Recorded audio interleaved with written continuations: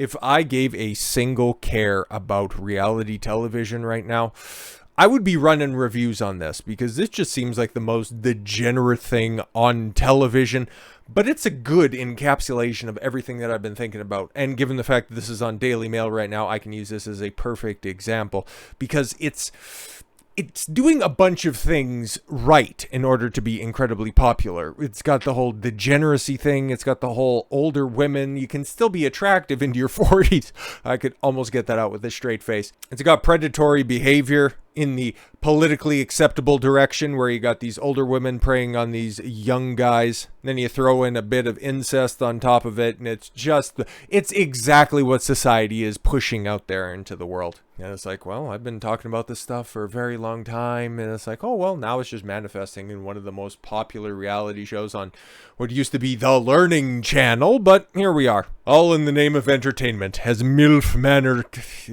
Like, I don't know, man. Okay. Just peeling back the curtain for a second. Like, I like to make jokes about, older, past-the-wall women. Even growing up, I never had a thing for, older women like that. My eye has always specifically been on early to mid-20s girls. That's where it's been for as long as I can remember, and that's where it's going to be for about as long as I can foresee into the future. I never got that whole MILF thing. I don't want to hear old creaky hips. I don't need to hear about how your joints hurt. Younger, tighter, hotter. I don't give a fuck if you remember when the Star Wars prequels were in theaters, okay? I don't want to hear how cheap things were back in the day, okay? That was just never my thing. Stifler's mom was just a fat old lady from Legally Blonde. Nothing else to me at all whatsoever. But anyways, so yeah, MILF Manor continues to horrify viewers with vulgar challenges. A look at the other shocking reality TV shows that has gone way too far, from gay men pretending to be straight. I thought that was just Hollywood in the past, I was going to say 30 years, but let's stop the cap, 50 years, to ugly women being given plastic surgery. Well, are they train wrecks though? It's like, maybe you're doing maybe you're making the world a better place. TLC series, the Learning Channel series, MILF Manor has quickly cemented its place as one of the most controversial reality shows. Yeah, it's stepmoms trying to fuck on their stepsons. That's the gist of it. And it's fucking repulsive to think about, but it's exactly what society wants to push. They want to keep women thinking that they're going to be young and attractive for as long as possible. Because, yeah, what do they put on the side there? Outside of the one notable exception of the, one 18-year-old, because she's the offspring of somebody famous, and she has an OnlyFans account. For her 18th birthday, she opened one up. Surprise! That's what girls are doing in today's day and age. But yeah, Bette Midler at 77, still looking great. Olivia Wilde's old crazy ass. Oh, she's a plunging black dress and looking fantastic. Madonna looking like an old battering ram. Kim Kardashian at 52. Yo, what the fuck is going on there? Yes, Jennifer Aniston breaks down in tears because she realizes that the Rachel haircut, nobody no longer can hide her wrinkles.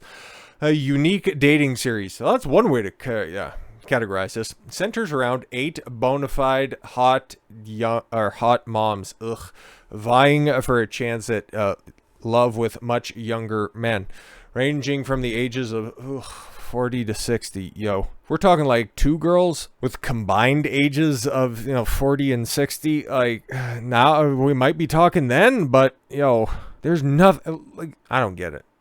I don't get it. Cast of women travel to a seaside mansion in Mexico only to discover that the young men are their Gen Z sons. Yeah, I wasn't making that up. If you didn't know, now you know. Sunday's episode saw the men perform blindfolded massages on nearly naked mothers, much to the horror of viewers, but they still tuned in, ya bunch of dorks. It came just 1 week after the show took an equally grotesque turn, as the mothers and sons were forced into a bizarre sex education session. Well, okay, to just completely take the morality out of the situation, they're all consenting adults, okay? So you can add your flowery language on top of this, but it's still on television because it's the older women preying on the younger guys. If this was DILF Manor, well, that shit would never see the light of day. That would be predatory. That would be wrong. That would be evil. They were led into a room, room of a house where they found sex toys, fruits, and a board with drawing of female anatomy. Okay, what are they, in 8th grade? Like, fucking whatever.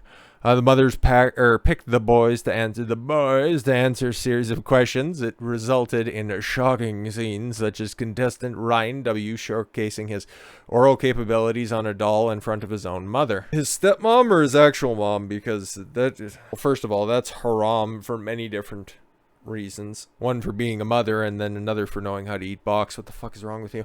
It all proved it's too much for one mom, as Stephanie Johnson, 46, got up and left the room in disgust over the game. Oh, that's the bridge too far. Not you, hopping into bed and trying to fuck your son. That's not the problem. All right, then. I think sex talks should definitely be kept to yourself or your partner, Stephanie said in Confessions. Was that the moral of the story of the talkies when you used to go down to the drive-in theater? Is that what you took away from that? I don't think it should be discussed in public or just with your kids. Do you know what show you signed up for? Just asking. The series has been sparking continued shock and outrage online. It's more or less just people laughing at the collapse of the West, and this is just an obvious sign of the decline. And dumb people are just going to watch a reality television show. Like, come on, not any better or worse than anything else online. It's just shut up. Series, MILF Manor, the weird mix of pedophilia, grooming, and Oedipus complex. Well, outside of the Oedipus complex, I reject the rest of it because they're all consenting adults. If the show's premise featured dads and daughters, it would have been canceled a long time ago. But don't worry, that'll be the spin-off. Maureen Callahan labeled the series one of the most repulsive, exploitative, and sordid shows in reality television history, and it draws numbers. Ugh, just so fucking old. Haram, super haram. What do you know? But it's not the first time that reality TV has done this. I remember back when it was the first a new novel concept, because I am old at the end of the day, sort of. I remember when Survivor was first popping off. Anybody remember The Mole, back when everybody thought that Anderson Cooper was straight funny?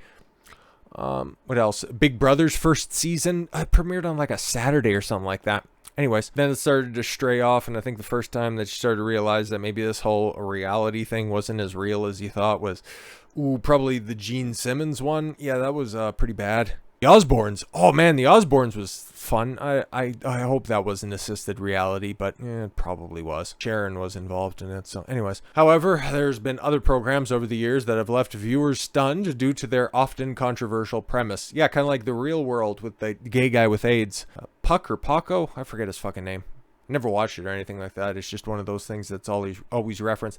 I cut myself in the sink and I have the AIDS. Anyways, Playing It Straight saw a woman trying to find love in a group of contestants that included secretly gay men. Yo. That was the original Super Spreader event. Meanwhile, the men were tricked into There's Something About Miriam, which saw them unknowingly battle for the affection of a transgender model. I want to see that shit run back right now. And then the winner end up getting canceled and then just have the Twitter mob sicked on him. That shit would be funny. Elsewhere, Who's Your Daddy saw a woman try to figure out which contestant was her biological father, while the Swan gave ugly duckling contestants extreme cosmetic surgery makeovers. Hey, round of applause for the Swan, because we need fewer uggos in the world. So yeah, Playing It Straight with a bunch of... Gay cowboy. Okay, cool. So that was filmed at Ram Ranch. How fantastic. You know how you spot the queer? That would be the guy who, the first thing that was noticed was her nails, and, when he was trying to go in for a kiss on the hand. Brides compete, bridal plasty. All right.